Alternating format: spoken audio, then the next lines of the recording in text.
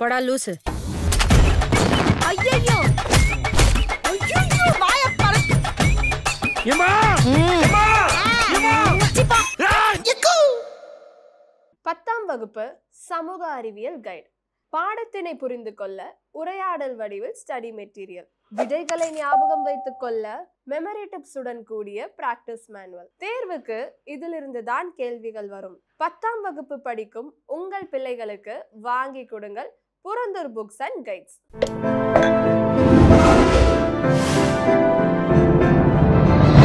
Chai with Chitra.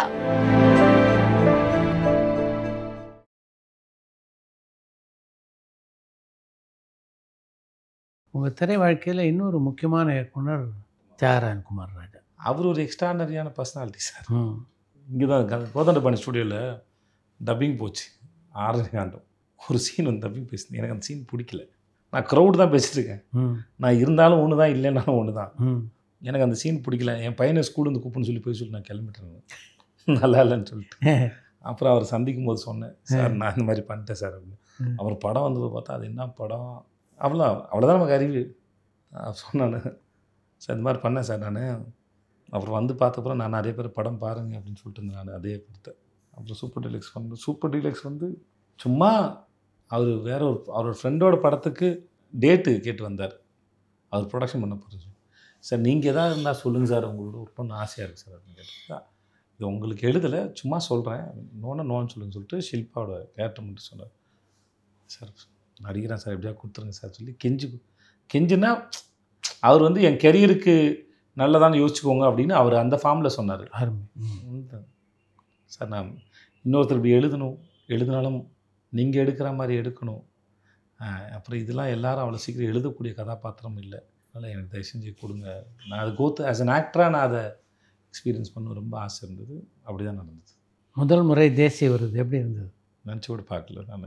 ரொம்ப நல்லா இருந்தீங்க. போய் அந்த ப்ரோட்டோக்கால்லாம் உட்காந்து அப்புறம் பார்த்து வாங்கிட்டு வந்து இந்த ஆஃபீஸில் வச்சுருக்கும்போது அது ஒரு இல்லை நிறைய ஆச்சரியங்கள் நினச்சார். இந்த அன்பேசியல் சொன்ன மாதிரி கிளைமேக்ஸ் கமல் சார் சொல்லுவார்ல, அடுத்த நொடி ஒழித்து வைத்திருக்கும் ஆச்சரியங்கள்ன்ற மாதிரி நிறைய சர்ப்ரைசஸ் நிறையா நடந்துக்கு. அதில் ஒன் ஆஃப் த சர்ப்ரைஸ் அது ஷில்பாவுக்கு கிடைச்சதுல பெரிய சந்தோஷம். எனக்கு படத்துக்கு கிடைக்கலன்னு பெரிய வருத்தம் இருந்தது. அதோடு சேர்ந்து அது ரொம்ப one of the great film. அது கிடைக்கலன்னு பெரிய வருத்தம் இருந்தாலும் ஷில்பா கிடைச்சல ஒரு சந்தோஷம். விக்ரம் தான் ஒரு நல்ல ஸ்கிரிப்ட். உங்களுடைய super script sir. Super script. எனக்கு புஷ்ககாதி சர்ப்ரைஸ் சார். அது எனக்கு ஓரம்போ ஆட்டோ பார்த்தேன் சார். அப்போ தான் சினிமாவுக்கு ட்ரை பண்ணுறதுக்கு சமயம் சார். படம் நல்லா இருக்கே அப்படின்னா அப்புறம் ஆனால் அந்த படம் எனக்கு பெருசாக புரிஞ்சிக்க முடியல. அப்புறம் நண்பர்கள்ட்ட உட்காந்து கேட்டேன், இது என்ன, இது எப்படி இருக்குது இந்த படம், ஏன்னால் இந்த படம் எனக்கு பிடிச்சிருக்கு அப்படின்னு. அப்போ அவங்க அந்த ஸ்கிரிப்டோட பற்றி பேசினாங்க, இப்படி போகுது அப்படின்னு. அப்புறம் வாட்டர் கட்டிங் வந்தது. ஏன்னா அது ரொம்ப ரொம்ப பிடிச்சிருந்தது, சூப்பராக இருந்தது. வாட்டர் கட்டிங்கில் ஆடிஷன் போயிருக்கேன் நான். ஆடிஷன் போயிருக்கேன், எனக்கு வாய்ப்பு கிடைக்கல. ரொம்ப பிடிச்சிருந்தது. அவங்களோட 3வது படம் விக்ரமே தான். அது வாட்டர் கட்டி 7 வருஷம் கழிச்சு எடுத்தாங்கன்னு நினைக்கிறேன். பெரிய கேப். அது நாகர்கோவிலில் வன்மம்னு ஒரு படம் ஷூட்டில் இருந்தேன். அப்போ தான் வந்தார். புஷ்கன் காயத்ரி வந்தாங்க. 2 நாள், ஃபஸ்ட் ஹாஃப் ஒரு நாள், செகண்ட் ஹாஃப் வச்சோம். அதுக்கப்புறம் தான் அது வந்தது. அந்த ஐடியா கேட்டோன்னே நான் வந்து பிரமாதமாக இருக்குது சார் அப்படின்னு. இத்தனை நாள் இங்கே இருக்குது, யாருமே இதை தொடவே இல்லைல்ல. விக்ரமாதித்யன் வேதாலே நம்ம எவ்வளோ நாள் அந்த கதைகளை very very well woven script. Super script, ஃபென்டாஸ்டிக்கான ஒர்க். அது நான் ரொம்ப ஆச்சரியப்பட்டேன். இது அடாப்ட் பண்ணவே தான் இருக்குல்ல அவங்க. அந்த கதையை கன்சீவ் பண்ண வந்து ரொம்ப பிரமாதமாக இருந்தது. அதான் சில சமயம் வந்து மகாராஜா மேடையில் அவார்டு அவங்க சொன்னாங்க, நம்ம எங்கேயாவது பயந்து இருக்கும்போது பண்ணும்போது நம்ம நிஜமாக ஒரு தொழிலை நம்ம வந்து நேசித்து பண்ணும்போது ஏதோ ஒரு வகையில் அது வந்து மகனே நான் கூட இருக்கிறேன்னு சொல்கிற மாதிரியான சில படங்கள் வந்து சொல்லும். அது மாதிரி சில படங்கள்லாம் இருக்குது. கடைசி விவசாயம் இருக்கட்டும், சூப்பர் டீலக்ஸாக இருக்கட்டும், விக்ரமேதா இருக்கட்டும், 96 இருக்கட்டும், தர்மதுரையாக இருக்கட்டும், இறைவியாக இருக்கட்டும், ஆண்டவன் கட்டளையாக இருக்கட்டும், காதல் கடந்து போகும், நானும் ஒழிதான், சேதுபதி, பன்னியாரம் பத்மி. அது எனக்கு சரியாக போலினாலும் அந்த படம் எக்ஸலண்ட்டான ஒரு ஃபிலிம். என்ன வரும், எனக்கு புறம்போக்கு ரொம்ப பிடிச்ச படம். அப்புறம் முன்னாடி வந்து பீட்சா, இந்த மாதிரி நிறைய படங்கள் இருக்குது. மகாராஜா இருக்கட்டும், ஒரு விடுதலையெல்லாம் வந்து நான் எதிர்பார்க்கவே இல்லை. விடுதலைலாம் என்ன ரைட்டிங்கு. அந்த படத்தில் ஆரம்பத்தில் நீங்கள் நுழைஞ்ச போது இந்த அளவுக்கு உங்களுக்கு ஸ்கோப் கிடையாது இல்லையா? ஒரு வாரமாக நுழைக்கு தானே வெற்றி சாரோட ஒர்க் பண்ணுறாங்க. ஏற்கனவே வடசென்னையில் மிஸ் பண்ணிட்டேன்னு ஒரு அர்த்தம் இருக்கும்ல, பண்ண முடியாமல் போயிடுச்சு வேறு. அதனால் இது பண்ணும்போது அது வந்து அவரோட ஒர்க் பண்ணுற ரொம்ப அற்புதமான அனுபவம் சார். ரொம்ப நல்லா பார்த்துப்பார். என்னவாக இருந்தாலும் அவர் ஒரு ஆக்டருக்கு கம்யூனிகேட் பண்ணுறது ரொம்ப தெளிவாக பிரமாதமாக சூப்பராக இருந்தார். நமக்கு வந்து அவர்கிட்ட ஒரு பெரிய ஆளுமை இருக்கும் சார். ஆனால் அதோடு சேர்த்து ஒரு பெரும் அரவணைப்பும் இருக்கும். நம்ம கம்ஃபர்டபுளாக ஃபீல் பண்ணுவோம். பயம்லாம் வராது, மரியாதை வரும், பயம் வராது. நமக்கு ஒர்க் பண்ணுற இடத்துல ஒரு கான்ஃபிடென்ட் இருக்கும். நம்ம வந்து ஏன்னா ஒரு டைரக்டர் தான் அதை கொடுக்க முடியும். ஒரு ஒர்க் செட்டுக்கு போகும்போது அந்த படத்து மேலே, அந்த ஸ்கிரிப்ட் மேலே இது என்னவா வந்து சேரும், எப்படி போய் சேரும், எப்படி இது மக்கள்கிட்ட போய் சேரும், நமக்கு ஒரு கேள்விகள் இருக்கும்போதுலாம் அதுக்கு அந்த இயக்குனர்கள் ஒர்க் பண்ணும்போது நமக்கு அது மேலே ஒரு இந்த மனுஷன் போடுற மெனக்கடல் வந்து இது மக்கள்கிட்ட கொண்டு போய் சேர்க்கறதுக்கு இதை செஞ்சுருவார். அவர் எல்லா வகையிலும் வேலை செய்வார். போஸ்டர் கொடுக்குறதுலேருந்து, மியூசிக் வாங்குறதுலேருந்து, ஒரு வசனம் பேசுறது, ஒரு ஷார்ட் வைக்கிறது, அவர் இப்போ ரீச் ஆகிற வரைக்கும் இதுவே மக்களில் போய் சேர்ந்துருங்க இருப்பார். அதுவே நமக்கு வந்து ஒரு பெரிய நிம்மதி இருக்குது. அந்த கேரக்டர் ரெஸ்பாண்ட் ஆகிட்டே போயிட்டு இருந்தது எப்படி இருந்தது உங்களுக்கு? அதோட நியாயமாக இருந்துச்சு சார். ஏன்னா எனக்கு அதுக்குள்ளே ஒரு பெரிய அறிவு இருக்குது சார். அரசியல் இருக்குது, அறிவு இருக்குது, அது சொல்ல வேண்டிய கடமையும் இருக்குது, தேவையும் இருக்குது. அது ஒரு சரியான மனுஷன் சொல்கிறாப்புல அவர் கூட இருக்கிறோம். அப்புறம் இந்த அனுபவத்து மூலமாக இப்போ இங்கே விடுதலை மாதிரி ஒரு படம் நடித்து முடிச்சுட்டு வந்ததுக்கப்புறம் அதோட அதில் கெயின் பண்ண நாலேஜ் இருக்குல்ல, அது வாழ்க்கைக்கானது. படம் பார்க்குறவங்களுக்கு ஒன்று இருக்கும்போது அதை பற்றி பேசி சில சந்தேகங்கள்லாம் கேட்டு டிஸ்கஸ் பண்ணி அதெல்லாம் நடக்கும்போதில் அது நமக்கு அது உள்ளே போய் சேரல. அது பிக்சல்ஸ் கொஞ்சமாக போய் விட்டுல. அது ஒரு பிரம்மாண்டமான டீப் ரூட்டட் டெக்னீஷியன் அவர். ஆமாம், ரொம்ப சின்சியரான, ரொம்ப சின்சியர் டு தி ப்ராடக்ட்.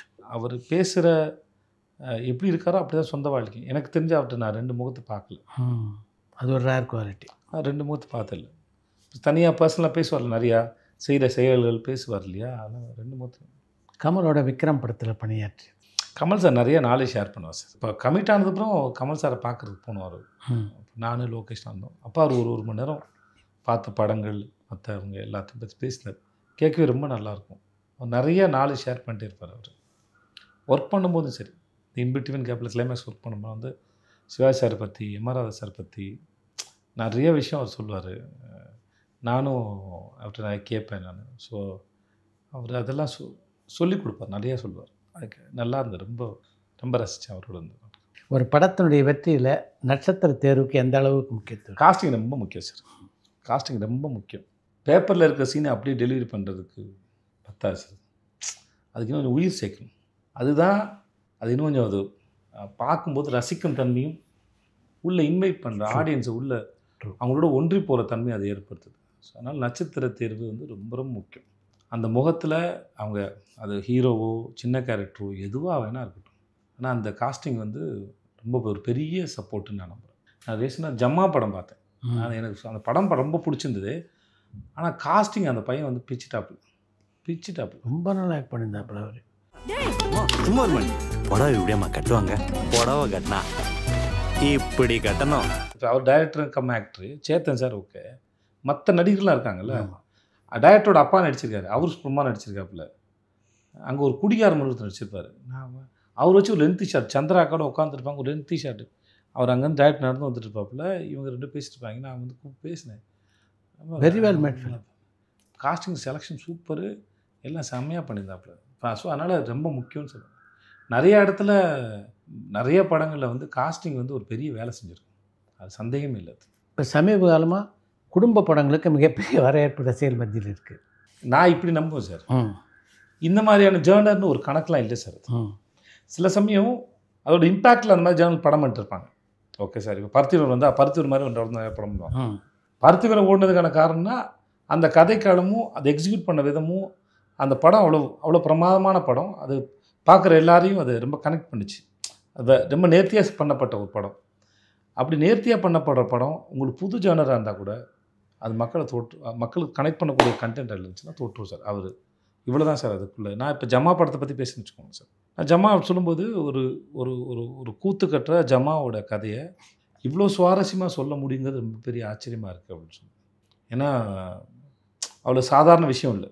நீங்கள் அதுக்குள்ளே போயிட்டு நீங்கள் உங்களுக்கு என்ன இன்றைக்கி வந்து கூத்து எவ்வளோ பேருக்கு தெரியும் இல்லை, இந்த ஜென்ரேஷன்ஸ்க்கு இல்லை எவ்வளோ தூரம் அந்த வாழ்க்கைக்குள்ளே போய் புரிஞ்சுப்பாங்க. ஆனால் அந்த கதையை எடுத்து அது பின்னப்பட்டு அதுக்கு இருந்த வசனம் ரொம்ப நல்லா இருந்தது. ஸோ அந்த மாதிரி குடும்ப படமோ இல்லை வேறு எந்த ஜேர்னரோ அது நேர்த்தியாக பண்ணப்பட்டால் அது போய் மக்களை தொற்றும் சார். இப்போ தொடரும்னு ஒரு படம் பார்க்கலாம், அது ஒரு செம்ம படம் சார். எக்ஸ்ட்ரா சூப்பராக very well knitted screen play. சூப்பராக. இப்போ எனக்கு ஜீவா சார் பண்ணிச்சு பிளாக் படம் ரொம்ப பிடிச்சிருந்தது. அதுவும் நல்லது. ரொம்ப. ஸோ அப்போ இப்போ நம்ம அதுக்கு மேலே ஜேர்னர் இல்லை, அப்போ அப்படி ஒரு கணக்கு இல்லைன்னு சொல்லலாம். ஜென்ரலாக அப்படி ஒரு கணக்கு இல்லை. தலைவன் தலைவி கதையை கேட்டபோது உங்களை பெரிதும் கவர்ந்த அதனுடைய சென்டர் நாட்டு அது எவ்வளோ தான் அடிச்சுக்கிட்டாலும் பிடிச்சிக்கலாம், அந்த ஒன்றா இருக்கிற அந்த ஆண் பெண் உறவு இருக்குல்ல, அது அதை வச்சு எத்தனை கதை வேணால் பண்ணலாம். அது ஒரு முறையும் சொன்னாலும் அந்த கதை கேட்குறது. இப்போ இந்த மாதிரி நம்ம இந்த கதைலாம் கேட்டது இல்லையா, தெரியாதா, புதுசு ஒன்றும் இல்லையே. ஆனால் அது எத்தனை முறை கேட்டாலும் அது சுவாரஸ்யமாக சொல்லப்பட்டது. அவர் சொல்லும்போது அவ்வளோ சுவாரஸ்யமாக இருந்தது. அவர் பாண்டியா சார் எழுதுறதுல பெரிய கில்லாடி, பிரமாதமாக எழுதுவார் சார். நீங்கள் பார்த்துருப்பீங்கன்னு நினைக்கிறேன். பிரமாதமாக எழுதுவார். நிறையா கதை எழுதி வச்சுருக்காரு. அவருக்கு எழுதுறது ரொம்ப பிடிக்கும். ரொம்ப பிரமாதமான ரைட்டர் அவர். லொக்கேஷன்ஸ் பார்க்குறது ரொம்ப நல்லா இருக்கு சார். அவர் ஒரு இடமா அவர் அது உயிர் சேர்க்குறாருல. என்ன மாதிரி லொக்கேஷன்ஸ், காஸ்டியூம்ஸு, ஆக்டர்ஸு, டயலாக்ஸு, அப்புறம் அதுக்கு போடுற மியூசிக்கு, இப்படின்னு எல்லா, அப்புறம் அதுக்கு வர வேண்டிய போஸ்டர் டிசைன்ஸு, இப்படி தான் படம் ஷூட்டுக்கு முன்னாடியே நிறைய இளையராஜா சார் சாங் ஹம் பண்ணிட்டே இருப்பார் சார். அவருடைய படத்தோட பாடல் எப்போ கம்போஸ் ஆனதோ அதுலேருந்து அவர் சும்மா ஹம் பண்ணது அவர் படத்தோட பாடல் ஹம் பண்ணுறாரு. ஆமாம் ஆமாம், நான் பல முறை பார்த்துட்டேன். நான் ரொம்ப ரசிப்பாப்பில். எமோஷனல் சீன் அவர் அந்த படத்தோட எமோஷன்ஸ் ஒழுங்காக உட்காரணும். நம்ம எடுத்தோம்ல சார், கிளைமேக்ஸ் எடுத்தோம்ல சார், அந்த சீன் முடிஞ்சோன்னே அவருக்கு அழ வந்துச்சு. திரும்பி அது நான் ஷூட்டிங்லேயே செம்ம சீனு. அது டைலாக் கூட இல்லை நித்யாமனுக்கு. ஆனாலும் நித்யாமன் எக்ஸ்பிரஷன்ஸ் அவ்வளோ பவர்ஃபுல்லாக இருந்தது. அதுக்கப்புறம் எனக்கு ஒரு பேட்ச் ஒர்க் எடுத்தார். அதோட பேட்ச் ஒர்க் அதோட மேட்ச் பண்ணி திரும்பி எடிட் பண்ணி சீனை காமிச்சு. அப்பயும் அவர் எமோஷனல் ஆனார். அவருக்கு அது ஒழுங்காக அது மேலே அவ்வளோ சின்சியராக வேலை செய்யக்கூடிய ஒரு ஆள். தன்னோட ஒர்க் மேலே அது ரொம்ப ரசித்து எடுக்கக்கூடிய ஒரு ஆள். கொஞ்சம் பரபரன்னு இருப்பார், ஆனால் ரொம்ப ரசித்து எடுக்கக்கூடிய ஆள். ரொம்ப நல்லா என்ஜாய் பண்ணி அவரோட தொடர்ந்து வேலை செய்யணும்னு ஆசை இருக்குது. இந்த படத்தில் நீங்களும் நித்யாமனும் போட்டி போட்டு நடித்த சீன் அப்படின்றது எது? நித்யா ரொம்ப பிரமாதம் நடிச்சிருந்தாங்க சார். நான் போட்டியில் எதுவும் போடல சார். ஒரு சீனில் நம்ம கூட நடிக்க ஆக்டர் நல்லா நடித்தாங்கன்னா அது படத்துக்கு ரொம்ப நல்லது, சீனுக்கு ரொம்ப நல்லது. அதில் போட்டி போடணும்னு நினச்சா அதுக்கேற்ற மாதிரிலாம் ஐடியா வராது சார். அந்த சீன் 2 பேருக்குமான அந்த காட்சி 2 பேரும் அதை சரியாக பேலன்ஸ் பண்ணாலே அது ரொம்ப அழகாக வந்துடும் சார். அதனால் போட்டியெல்லாம் எனக்கு எப்பவுமே அந்த பழக்கம் இல்லை சார், சத்தியமாக இல்லவே இல்லை. நல்லா நடித்தாங்கன்னா நான் தான் போய் முதலே பாராட்டுவேன். ரொம்ப பிரமாதமாக இருக்கும். அது யாரோ இப்போ தீபாக்கெல்லாம் உடனே எத்தனை பேர் சொல்லியிருக்கேன், சம்மன் சார்ட்ட சொல்லியிருக்கேன், எனக்கு யோகி பாப்பிட்ட சொல்லியிருக்கேன். ஸோ அது மாதிரி எனக்கு என் படங்களில் நடிக்கிற சக நடிகர்கள் பிரமாதமாக நடித்தாங்கன்னா அதோட பெரிய சந்தோஷம் இல்லவே இல்லை. ஒரு திரைப்படத்தினுடைய வளர்ச்சியிலையும் வெற்றியிலையும் தயாரிப்பாளருடைய பங்கு எந்த அளவு நினைக்கிறீங்க? ஒரு படத்தை ஒரு ஆக்டரோ ஒரு டைரக்டர் எவ்வளோ தூரம் ஓன் பண்ணுறாங்களோ அதுக்கு சமமான அளவு என் தயாரிப்பாளர் ஓன் பண்ணார்னா படம் மக்களை போய் சிறப்பாக சேருங்கிறது என்னோடய நம்பிக்கை.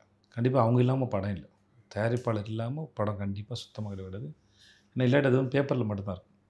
ஸோ அந்த கதையை ரசித்து அதுக்குண்டான இப்போ அது ஒரு பட்ஜெட்டை டிமாண்ட் பண்ணுதுன்னா அந்த பட்ஜெட்டை போட்டோன்னா இதில் பணம் எடுக்க முடியும் அப்படின்னு அவங்க நம்புறது தான் அந்த படம் தொடங்குறதுக்கான காரணம். ஸோ தயாரிப்பாளர் அந்த ரசனை தான் அந்த படத்தை எடுக்க வைக்கும். ஆனால் எங்களுக்கு போல் அவங்களும் ரசித்து அந்த படத்தை மக்கள்கிட்ட கொண்டு போய் சேர்த்துவோம்னா அது இன்னும் அந்த ப்ரொமோஷன்ஸோ இல்லை அது பின்னாடி இருக்கிற மற்ற தயாரிப்பாளருக்கான உண்டான வேலைகள்லாம் செய்யும்போது அது இன்னும் மக்கள்கிட்ட நல்லா போய் சேரணும். இப்போ இன்றைக்கி இந்த படத்தையே எடுத்துக்கிட்டிங்கன்னா மக்கள்கிட்ட இந்த படத்தை கொண்டு போய் சேர்த்ததுன்னா இந்த படத்தினுடைய ட்ரெய்லர் அதுக்கு அதில் மிகப்பெரிய பங்கு இருக்குது. ஆமாம் சார். நம்ம இப்போ நிறைய படம் வருது சார். எப்படிப்பட்ட படமாக இருக்க போதுன்னு இப்போ நம்ம ஒரு டைட்டில் அனௌன்ஸ் பண்ணும் போதோ இல்லை அந்த படத்தை பற்றின அனௌன்ஸ்மெண்ட்டோ அதை பற்றின நியூஸ் வரும்போது எல்லாருக்கும் எந்த படமாக இருந்தால் அதை பற்றின ஒரு கற்பனை நமக்கு இருக்கும். இது இப்படிப்பட்ட ரோட்டில் போஸ்டர்ஸ் பார்க்கும்போது இது இப்படிப்பட்ட படமாக இருக்குமோ அப்படின்னு நமக்கு ஒரு ஒரு ஒரு ஒரு இமேஜினேஷன் க்ரியேட் பண்ணும். அப்புறம் அதுக்கு நாங்கள் ஒரு டைட்டில் டீசர் மாதிரி ஒன்று விட்டு அப்போ அதுக்கு ஒரு ப்ரிப்பேர் பண்ணோம். அதுக்கப்புறம் ட்ரெய்லர் விட்டு ஓகே இப்போ இதெல்லாம் இந்த மாதிரி எனர்ஜியில் இருக்குமோ அப்படின்போது அந்த மாதிரி எனர்ஜி தான் அப்படின்னு ஒன்று சொல்கிறோம். எங்கள் படமும் அந்த ட்ரெய்லருக்கு எனர்ஜியை மேட்ச் பண்ணிருச்சுன்னா ஃபைன். பட் ஆனால் அதான் முக்கியம், ட்ரெய்லர் ரொம்ப முக்கியம். மகாராஜாவுக்குமே ட்ரெய்லர் பெரிய வேலை செய்யும். தலைவன் தலைவி படத்தினுடைய பாடல் வெளியீட்டு விழாவில் நீங்களும் நித்யாமனும் அருமையாக டான்ஸ் எல்லாம் ஆடினீங்க.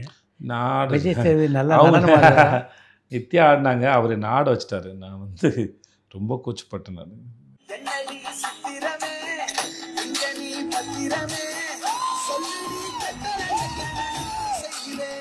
நான் ஆடினது பார்த்தால உங்களுக்கு தெரியல சார். நீங்கள் சொல்லி கொடுத்தா ஆடுவேன் சார். அவ்வளோ சார் சொல்லி கொடுத்தா நானும் ஆடுறேன்னா எங்கேயோ ஆடிப்பேன் சார்.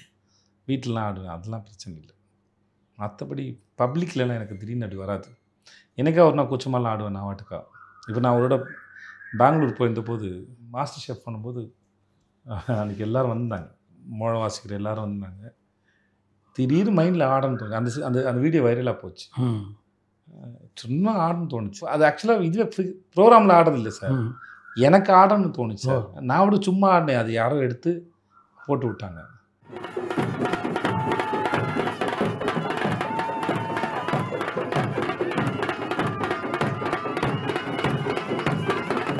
அந்த மாதிரி தோணா நானே ஆடிப்பேன். என்னை யாராவது ஆட சொன்னால் தான் எனக்கு வராது, எனக்கா ஒரு ஃப்ளோ இருக்கும். மக்கள் கலங்கதப்போ பாட்டுங்க சார், தினேஷ் மாஸ்டர் தான் கொரியோகிராஃபர். ஆனால் மாஸ்டர் நிறைய இடத்துல என்னை ஆட விட்டார். ஏன்னா அதுக்கு முன்னால் என்ன பண்ணிட்டோம்னா, நான் சீன்ஸ் எல்லாம் சும்மா அந்த பாட்டை போட்டு நாங்களாம் சும்மா ஆடி ஒரு ஷூட் பண்ணிட்டோம். நாங்கள் சும்மா ஷூட் பண்ணோம். இப்போ அடுத்தாலும் படத்தில் பார்க்குறது மாஸ்டர் பண்ணது தான், தினேஷ் மாஸ்டர் பண்ணது தான். ஆனால் என்னை ஆட விட்டார், ஆடுங்கன்னு சொல்லிட்டு. அங்கங்கே 1 2 3 மட்டும் சரி பண்ணப்பில் மற்றபடி என்ன ஆட விட்டார். அந்த சாங் வந்து சார் காலையில் வந்து சார் ஷூட்டிங் வந்து ஒரு சீன் எடுத்துகிட்டு 10 மணிக்கு சாங் எடுக்க ஆரம்பித்து 5 மணிக்கு முடிச்சிச்சு சார். அவர் மதுரைக்கு போய் தேனியில் ஷூட் பண்ணேன் சார். மதுரைக்கு போய் 7 8 மணி ஃப்ளைட்டில் திரும்பி சென்னை வந்துட்டேன் சார். அவர் விஜய் சேதுபதி இயல்பாக பழகிற ஒரு நடிகர். இந்த பழக்கம் எப்படி அமைஞ்சது? நான் இப்படி தான் சார் இருக்கேன் ரொம்ப வருஷமாக. இப்போ நான் எப்படி சில பேர் நான் அப்படி இருக்காதுன்னு சொல்லுவாங்க. மேபி நான் என்னை நம்புறது கம்மியாக இருக்கலாம், மேபி இல்லை என்ன காரணம் எனக்கு தெரியல. மேபி நான் இப்படி தான் இருக்கேன். நான் அதுக்கு சில காரணம்லாம் சொல்லணும்னு நான் நினைக்கிறேன். ஆனால் அது எது பப்ளிக்காக சொல்லணும்னு தோணுதுல, நம்பிட்டேன், வேறு ஒன்றும் இல்லை. அதுக்கு நிறைய காரணம் எனக்கு தெரிஞ்சிருக்கு. ஊருக்கு எதுக்கு அதெல்லாம் சொல்லிக்கிட்டேன், அதனால் வேணும். அது இயல்பானதில்லை, அது என்னுடைய இயல்பு. திஸ் இஸ் மீ, அவ்வளோதான். ரொம்ப நன்றி. ரொம்ப நன்றி சார். உங்களுடைய அனுபவத்தெல்லாம் நம்ம ரசிகர்களோட பகிர்ந்து ரொம்ப நேரம் உங்கள்கிட்ட பேசுனது ரொம்ப நல்லா இருந்துச்சு சார். நன்றி. சிறப்பு சார். Thank you sir. வெல்கம். உங்களோட இன்டர்வியூ, ஜனா சாரோட அந்த இன்டர்வியூ வந்து எனக்கு ரொம்ப பிடிக்கும் சார். அது எக்ஸ்ட்ரா. அப்புறம் ஜென்ரலாக நீங்கள் எடுக்கிற இன்டர்வியூ வந்து எனக்கு ரொம்ப பிடிக்கும். ஒருத்தர் உட்கார வச்சு நீங்கள் ரொம்ப பாண்டியா சார்னு சொல்லிட்டு இருந்தார், நீங்கள் அவர் வாட்டுக்கு உங்களை பேச வச்சிருவார். நீங்கள் அதை ரொம்ப அழகாக கொண்டு போகிறீங்க. அதனால் உங்களோட இன்டர்வியூஸு நீங்கள் பேசுகிற விதம் அதில் ரொம்ப சுவாரஸ்யமாக கொண்டு போகிறீங்க. It is very nice. ரொம்ப நல்லாயிருக்கு. மிக்க நன்றி சார். பரபரப்பான சினிமா செய்திகள், நட்சத்திரங்களின் பேட்டிகள், சினிமா வரலாறு ஆகியவற்றை பார்க்கவும் படிக்கவும் உங்களுக்கான இணையதளம் touringtalkies.co.